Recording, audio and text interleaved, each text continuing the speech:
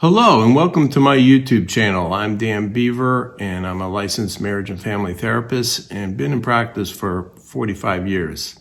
And what I'd like to talk about today on this video is the idea of what makes long-term relationships successful. What lays the groundwork, the foundation for a good relationship? Because no one really knows that for sure or talks about it.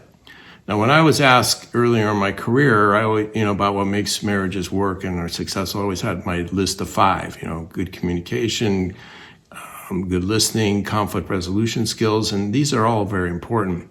But what I didn't talk about is what I'm going to talk about now, and this is something I've come to later in my career.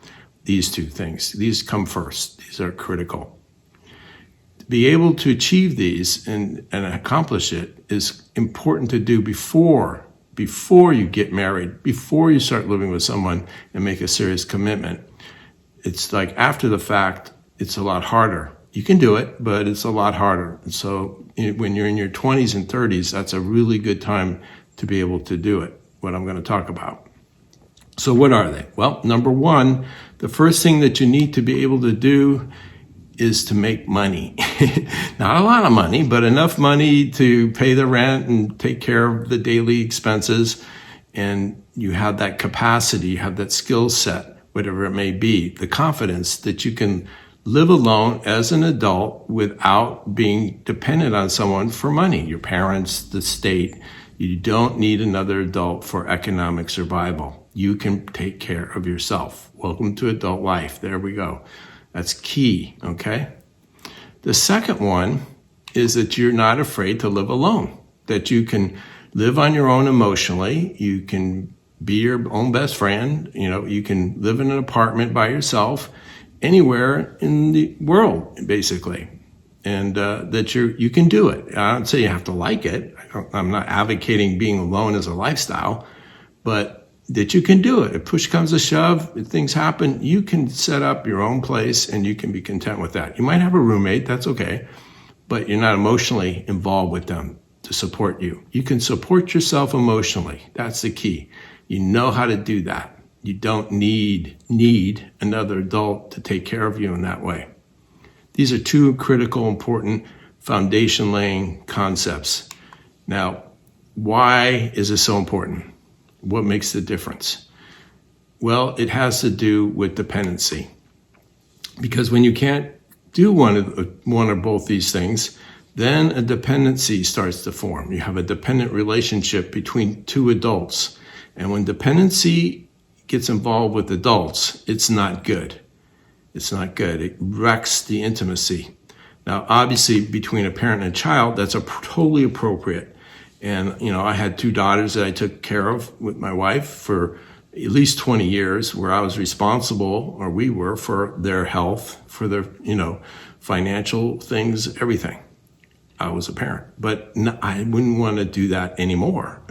They are now adults, and I don't take care of them in that way. I care about them. That goes with territory, but I'm not responsible. That's the key idea, okay? I'm not, and they're not dependent on me. As I like to say, the bank of dad closed a long time ago. So I make loans, but that's it. No taking care of. Because dependency and love don't mix between adults. Okay? Now, obviously, sometimes you can be laid off or you're not able to do what you do for a living. Like let's take a woman that's a lawyer and then has a baby. Then she takes time off from her job. So her husband's supporting her financially. She, in a sense, is dependent at that time. But it's only temporary, because if things happen for them, she could take care of herself still. If she'd go back to work, she has added confidence and skill. So temporary dependence is okay. It's the long term where someone who's never been able to have a job or did that or ever lived alone, that's the thing that gets in the way. So what effect does this dependency have on a relationship? How does it impact it, you might ask? Well, the main thing that happens is that resentment creeps in. Resentment. They start resenting each other.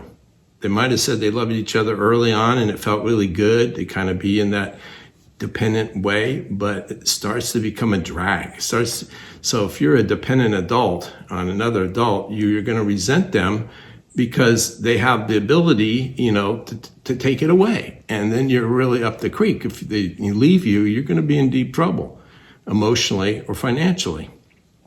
And so you resent the fact that person has the power over you in a way. You don't want to admit it, you don't want to talk about it, but it's there and it creates the resentment.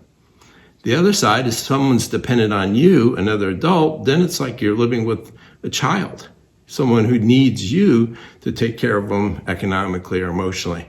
And, that kind of feels good a little bit, but after a while, it's going to feel like a real drag and you're going to resent them. And that resentment gets in the way of being intimate, gets in the way of being in love. Definitely wrecks your sex life, that's for sure. So dependency creeps in and poisons the love between a couple.